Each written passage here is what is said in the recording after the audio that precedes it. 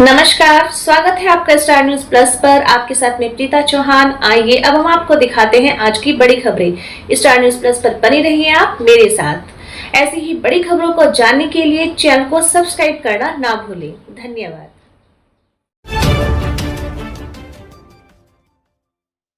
पहलगाम हमले के 2 सप्ताह बाद भारत ने ऑपरेशन सिंदूर लॉन्च किया और पाकिस्तान में आतंकियों के 9 ठिकानों को बर्बाद कर दिया, जिसमें पीओके और पाकिस्तान के अंदर बने आतंकी ठिकाने शामिल हैं। रफाल और मिग विमानों की मदद से भारत ने पाकिस्तान में घुसकर एयर स्ट्राइक की और पाकिस्तान को करारी चोट दी है।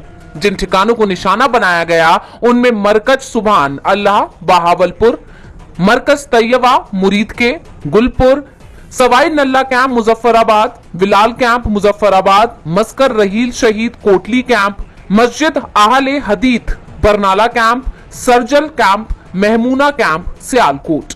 ऑपरेशन सिंदूर के तहत की गई एयर स्ट्राइक में लश्कर तैयबा और जैश ए मोहम्मद के हेडक्वार्टर्स को निशाना बनाया गया है। पाकिस्तान के इंटर सर्विसेज पब्लिक रिलेशंस के डायरेक्टर लेफ्टिनेंट जनरल अहमद शरीफ चौधरी ने कहा कि भारत ने 24 मिसाइलें दागी हैं, जिसमें 26 लोगों की जान गई है, जबकि भारत का दावा है कि ये संख्या 100 से ज्यादा है। हमले में जैश ए मोहम्मद के प्रमुख मौलाना मसूद अजहर तो बच गया, लेकिन सुभान अल्लाह मस्जिद पर किए गए हमले में मसूद अजहर के परिवार के 10 सदस्य और 4 करीबियों की जान चली गई। मौलाना मसूद अजहर की बड़ी बहन के साथ मौलाना कशफ का पूरा परिवार मारा गया और मुफ्ती अब्दुल रऊफ के पोते पोतियां, बहन सादिया के पति समेत सबसे बड़ी बेटी के 4 बच्चे घायल हुए हैं। पाकिस्तान की टीवी चैनलों की तरफ से कहा जा रहा है कि बहावलपुर में मौलाना मसूद अजहर के मदरसे पर 4 मिसाइल दागी गई थी। भारत के विदेश सचिव विक्रम मिस्री, आर्मी की कर्नल सोफिया कुरैशी और एयरफोर्स से विंग कमांडर व्योमिका सिंह ने ऑपरेशन के बारे में जानकारी दी। कर्नल सोफिया कुरैशी और विंग कमांडर व्योमिका सिंह ने बताया कि रात 1:05 पर और 1:30 के बीच ऑपरेशन हुआ। 25 मिनट के इस ऑपरेशन में आतंकियों के launch pad, training centres target किए और उन्हें तबाह कर दिया।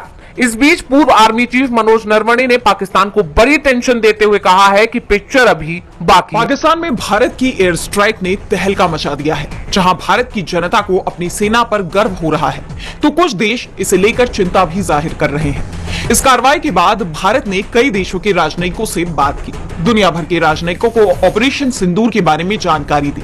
इसमें यूएनएससी में शामिल देशों के राजनयिक भी शामिल हैं, जिससे ये साफ हो गया है कि भारत वैश्विक स्तर पर भी पाकिस्तान को घेर रहा है। भारतीय एनएसए अजीत डोभाल ने चीनी विदेश मंत्री वांग यी से फोन पर बात की। उन्होंने वांग यी को साफ किया कि भारत का इरादा तनाव बढ़ाने का नहीं है, लेकिन अगर पाकिस्तान ने तनाव को और बढ़ाने की कोशिश की तो भारत दृढ़ता से जवाबी कार्रवाई करने के लिए पूरी तरह तैयार है। दरअसल चीन ने भारत की इस कार्रवाई को दुर्भाग्यपूर्ण बताते हुए कहा था कि हम मौजूदा हालात को लेकर चिंतित हैं। तुर्की का भी कहना है कि ये पाकिस्तान की संप्रभुता का उल्लंघन है। वहीं कतर, यूएई ने भारत और पाकिस्तान से अपील की है कि ऐसे हालात पैदा न करें जो क्षेत्रीय और अंतरराष्ट्रीय शांति के लिए खतरा बने। जबकि इजरायल ने भारत के आत्मरक्षा के अधिकार का पूरी तरह से समर्थन किया है। उन्होंने कहा कि आतंकियों को यह जान लेना चाहिए कि मासूमों के खिलाफ उनके घिनौने अपराधों से उन्हें छिपने की कोई जगह नहीं मिलेगी। वहीं अमेरिकी राष्ट्रपति डोनाल्ड ट्रंप ने कहा कि मुझे लगता है कि लोगों को पता था कि कुछ होने वाला है। संयुक्त राष्ट्र के महासचिव एंटोनियो गुटेरेस ने चिंता जाहिर करते हुए कहा कि दुनिया इस सैन्य तनाव को बर्दाश्त नहीं कर सकती। रूस ने भी दोनों देशों से संयम की अपील की है, लेकिन पाकिस्तान में बौखलाहट दिखाई दे रही है। पाकिस्तान के प्रधानमंत्री शहबाज शरीफ ने भारत की ओर से किए गए मिसाइल हमलों को युद्ध की कार्रवाई करार दिया और कहा कि उनके देश को करारा जवाब देने का पूरा अधिकार है। पाकिस्तान ने सुरक्षा परिषद से भी संपर्क किया है। अब ऐसे में ये संघर्ष आगे और बढ़ेगा या थम जाएगा, ये देख दुनिया भारतीय सेना के जवानों का हौसला देख रही है। पाकिस्तान के अंदर भारतीय सेना की स्ट्राइक को लेकर पूरा देश एकजुट है। सभी दलों ने सेना के शौर्य को सलाम किया। सेना की सफलता पर कांग्रेस वर्किंग कमेटी की बैठक बुलाई गई, जिसमें सेना की कार्रवाई का समर्थन किया गया। इस दौरान कांग्रेस अध्यक्ष मल्लिकार्जुन खड़गे ने कहा कि सेना की बहादुरी को सलाम करता हूँ। हम आर्मी और सरकार के साथ हैं। इस मुद्दे पर कोई भेदभाव नहीं, एकजुट होकर लड़ेंगे। राहुल गांधी ने भी सेना को पूरा समर्थन दोहराते हुए कहा कि इस एक्शन के लिए हम उन्हें शुभकामनाएं देते हैं। कांग्रेस पार्टी और कांग्रेस कार्य समिति की ओर से पूरा समर्थन है। वर्किंग कमेटी में हमारा डिस्कशन हुआ और पूरा समर्थन, full support to our forces, best wishes to them much love to them. Complete support from the Congress Party and the Congress Working Committee. Thank you. All party leaders. सभी विपक्षी दलों के नेताओं ने इस जंग में सेना और सरकार का समर्थन करने का ऐलान किया है, तो सरकार ने सभी दलों को इस मामले में जानकारी देने के लिए सर्वदलीय बैठक बुला ली है। रक्षा मंत्री राजनाथ सिंह की अध्यक्षता में ये बैठक दिल्ली में सुबह 11 बजे होगी। इससे पहले राजनाथ सिंह ने सेना की कार्रवाई पर कहा कि हमने जो टारगेट तय किए थे उन्हें पूरा किया है, सेना का ऑपरेशन पूरी तरह से कामयाब। सुप्रीम कोर्ट ने ईवीएम को लेकर बड़ा फैसला सुनाया है। महाराष्ट्र और हरियाणा चुनाव में ईवीएम में गड़बड़ी के आरोप लगे थे। दावे किए गए थे कि बीजेपी को मिली जीत के पीछे ईवीएम जिम्मेदार है। इसे लेकर एसोसिएशन फॉर डेमोक्रेटिक रिफॉर्म्स ने सुप्रीम कोर्ट में एक याचिका दायर की थी, जिसमें ईवीएम की जांच की मांग करने के साथ ही चुनाव आयोग की तरफ से होने वाले मॉक पोल पर भी सवाल उठाए थे।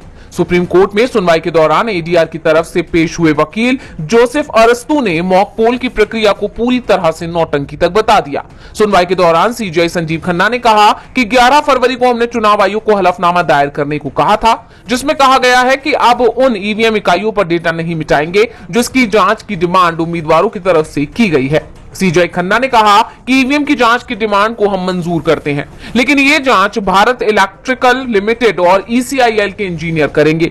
ये इंजीनियर ये सर्टिफिकेट भी जारी करेंगे कि इस बात से संतुष्ट हैं कि माइक्रो कंट्रोलर और लोड किए गए सॉफ्टवेयर के साथ छेड़छाड़ नहीं की गई है। अगर कोई उम्मीदवार मॉक पोल आयोजित करना चाहता है तो वो ईवीएम में डेटा मिटाने की मांग कर सकता है। इससे पहले 11 फरवरी को हुई सुनवाई के दौरान सुप्रीम कोर्ट ने साफ कर दिया था कि दूसरे और तीसरे स्थान पर आने वाला उम्मीदवार ईवीएम की जांच चाहता है, तो इस पर इंजीनियर ही जवाब दे सकता है कि ईवीएम से छेड़छाड़ हुई है या नहीं। हम चाहते हैं कि अगर किसी को कोई संदेह है तो वो दूर हो। आप में से कौन सही है हमें नहीं पता, हम सिर्फ पता लगाने की कोशिश कर रहे हैं। और अब कोर्ट ने साफ कर दिया है कि ईवीएम का डेटा डिलीट नहीं। यशवंत वर्मा से सुप्रीम कोर्ट ने साफ साफ कह दिया कि अगर वे इस्तीफा नहीं देते हैं तो राष्ट्रपति को रिपोर्ट भेजकर उनके खिलाफ महाभियोग की सिफारिश की जाएगी। यानी सुप्रीम कोर्ट यशवंत वर्मा से बेहद नाराज है। दरअसल न्यायमूर्ति यशवंत वर्मा के घर पर नोटों की गड्डियां मिली थी। इस मामले में उन पर लगे सभी आरोप सही पाए गए हैं। बता दें कि यशवंत वर्मा के घर से मिले कैश मामले की जांच के लिए प्रधान न्यायाधीश संजीव खन्ना ने 22 मार्च को 3 सदस्यीय समिति गठित की थी, जिसमें पंजाब और हरियाणा हाईकोर्ट के मुख्य न्यायाधीश शील नागू, हिमाचल प्रदेश हाईकोर्ट के मुख्य न्यायाधीश जीएस संधावालिया और कर्नाटक हाईकोर्ट की न्यायाधीश अनु शिवरामन शामिल थी। समिति ने 25 मार्च से जांच शुरू की थी। समिति ने अपनी ये रिपोर्ट 4 मई को भारत के प्रधान न्यायाधीश संजीव खन्ना को सौंप दी। मामले में गठित सुप्रीम कोर्ट की इन हाउस समिति ने उन पर लगे आरोपों को सही पाया है। इसके बाद सुप्रीम कोर्ट ने न्यायमूर्ति वर्मा से इस्तीफा देने को कहा है। प्रक्रिया के तहत प्रधान न्यायाधीश ने उन्हें तलब किया। उन्हें पहला विकल्प इस्तीफे का दिया गया है। अगर वे इस्तीफा देते हैं तो ठीक है, नहीं तो रिपोर्ट राष्ट्रपति को महाभियोग की सिफारिश के लिए भेजी जाएगी। मिली जानकारी के मुताबिक न्यायमूर्ति वर्मा को 9 मई तक जवाब देने का समय दिया गया है। इन हाउस जांच लंबित रहने के कारण सुप्रीम कोर्ट ने अपने न्यायिक आदेश में उनके खिलाफ एफआईआर दर्ज करने की मांग वाली याचिका पर सुनवाई से इनकार कर दिया था। सूत्रों के मुताबिक जांच शुरू होने के तुरंत बाद न्यायमूर्ति वर्मा ने वरिष्ठ वकीलों की एक टीम से कानूनी सलाह ली थी। वरिष्ठ अधिवक्ता सिद्धार्थ अग्रवाल, अरुंधति काटजू और अधिवक्ता तारा नरोला, स्तुति गुर्जर सहित एक अन्य वकील ने उनके आवास का दौरा किया था। अब सबकी नजर इस बात पर टिकी हुई है कि न्यायमूर्ति वर्मा 9 मई तक इस्तीफा देते हैं या उनके खिलाफ महाभियोग की प्रक्रिया शुरू की जाए। को निष्पक्ष सुनवाई का अधिकार है। सुप्रीम कोर्ट की ये टिप्पणी मनी लॉन्ड्रिंग मामले से जुड़ी एक याचिका पर सुनवाई के दौरान आई है।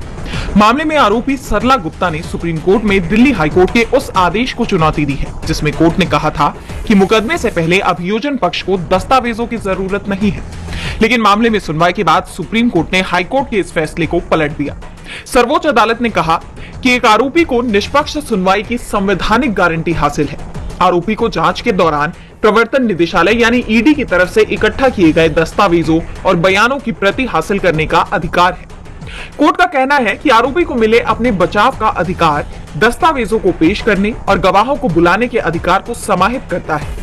इसलिए जब आरोपी अपना बचाव पेश करता है तो वो अभियोजन पक्ष या किसी तीसरे पक्ष के पास मौजूद दस्तावेजों या वस्तुओं को पेश करने की भी अपील कर सकता है। जस्टिस अभय एस ओका और जस्टिस उज्जवल भुइयां की बेंच ने पीएमएलए मामलों में स्पेशल कोर्ट के दायित्वों को लेकर जोर देकर कहा कि जब किसी मामले में कोर्ट अभियोजन पक्ष की शिकायत पर संज्ञान लेता है तो ये सुनिश्चित करना विशेष जज की जिम्मेदारी है कि उस प्रक्रिया के साथ साथ शिकायत की कॉपी और सभी दस्तावेज आरोपी को भी उपलब्ध कराए जाए।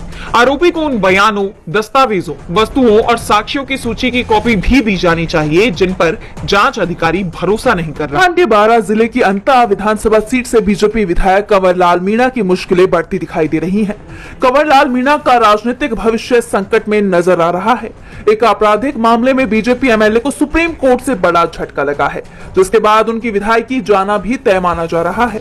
सुप्रीम कोर्ट ने उनकी याचिका को खारिज कर दिया है। इसके साथ ही उन्हें 2 हफ्ते के अंदर ट्रायल कोर्ट के समक्ष आत्मसमर्पण करने का निर्देश दिया गया है, जिससे उनकी विधायकी पर फिर से संकट मंडरा रहा है।